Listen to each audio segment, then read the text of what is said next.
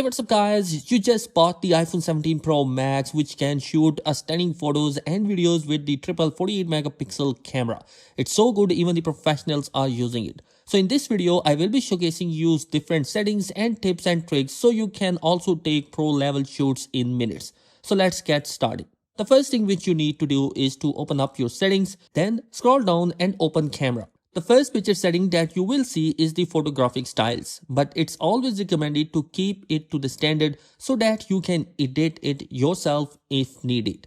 Then below that is the record video format. Inside here, you want the best quality and file size. Then 4K at 60 FPS is enough. But if you want the cinematic vibes, then always stick to the 4K at 24 per second. Because if you do that, then your videos will look like holiday movie. Now let's go down and you will get a bunch of toggles from there. You will need to turn on the enhanced stabilization. The action mode lower light is better left turned off if you don't plan on recording in low light.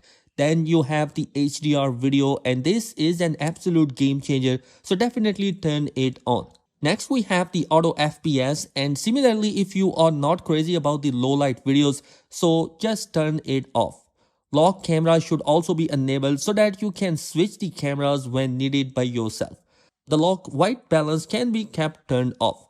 Now let's go back, go to the record slow-mo. And from here, either choose 240 FPS for the best slow-mo quality, and if you want the prioritized resolution, then select 4K at 120 FPS. Now record cinematic here just like before, select 4K at 24 frames per second, which is what cinema will use. Now we have the record sound option here. Either choose the special sound if you want to capture ambient sound, for example, nature videos, but if you want to focus on speech, then mono is what you will need. Moving on, you have to allow the audio playback feature, which totally depends on your use case.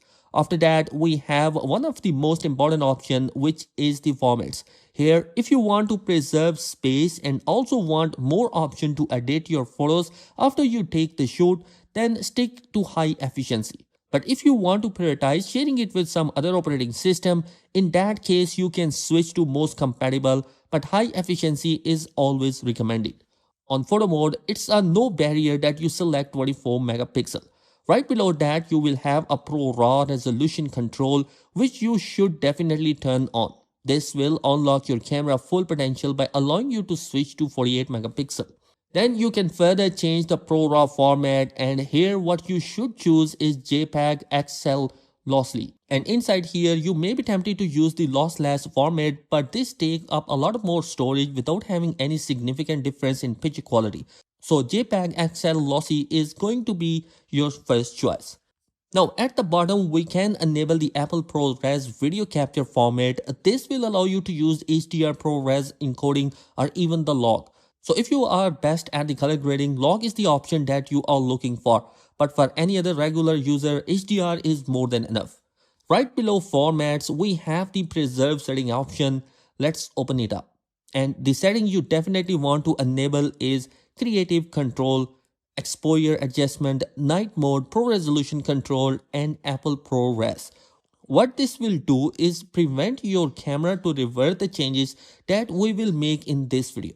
Now what you want to keep turned off this live photo toggle, because this generates low quality photos and keep up more space. The other option which are left should be revert back to default. Now below the reserve settings you have the volume up for burst option, and enabling this will disable the default functionality, which is volume up for record videos. You also have the QR code and text detection option, which is handy, so you can just keep them turned on. Next up, we have the composition guidance, grid lines and levels. This will help you line up your shots, so definitely give them a try. The third option is mirror front camera. You should just keep it disabled and get used to it. If you keep it enabled, this will flip everything, so just disable this option and get used to it. Then we have the view outside the frame. This will show you what's around the main frame, and it's totally a matter of personal preference, whatever you want to keep it on or off. Then we have indicators. If you enable these, you will be able to easily toggle this on or off inside the camera app. Now we will move towards the photo capture. Here Make sure both these lenses are enabled and your default lens should be 24 mm or one-time zoom. Below these, we have portraits in photo mode, which is a yes. Prioritize faster shooting is always no because this will degrade your image quality, which we absolutely don't want. Lens correction can reduce wrapping or distortion in wide angle. So enable the micro control. This should always be disabled unless you want to take a macro photos. Then we have a new feature called lens cleaning hints, which you can just leave this on. And lastly, you can choose if you want to save photos taken in other apps to your library. Now that we are done with the camera settings, let's open up the camera app itself. And in the photo app, you can change the resolution to 48 megapixel and then formats to either HIC or RAW. For regular use case, HIC is enough. We can also enable the exposure value shortcuts. You can tap on it, bring down the exposure for more natural lighting, and this will be persistent. So you won't have to use the sundial anymore and it won't reset. We also have the flash and live mode toggle, both of which should be kept turned off. Now, if you click on these more dots here, you also get the exposure option.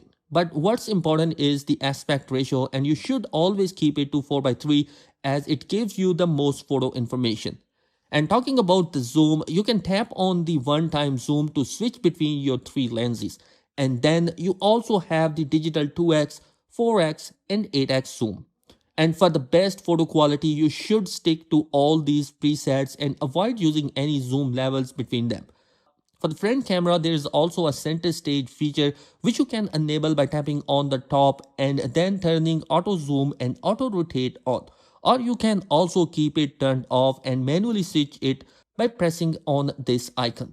And you should note that when you use the wide angle or the landscape mode, the photo is saved in 18 megapixel. But if you use the portrait mode, it will only use the 7 megapixel. So you can just stick to the wide angle and crop your photos if you need afterwards. Now let's move on towards the videos, and here we are using the Apple ProRES. You can switch to HDR and log format, and just like before for normal shooting, HDR is more than enough, or you can also keep it turned off to preserve storage. And on the top right, you also have the action mode toggle and the brand new dual capture feature, which enable you to capture both your front camera and the main camera at the same time. And then we have the night mode. These settings will only pop up when there is a low light, and you can either toggle it from the top or open the more option and enable the night mode max from here, which will give you up to 30 seconds of night mode capture in an extreme low light.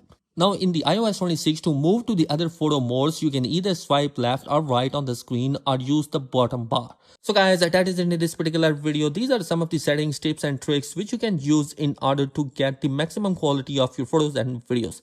Thanks for watching. Be sure to subscribe. Peace.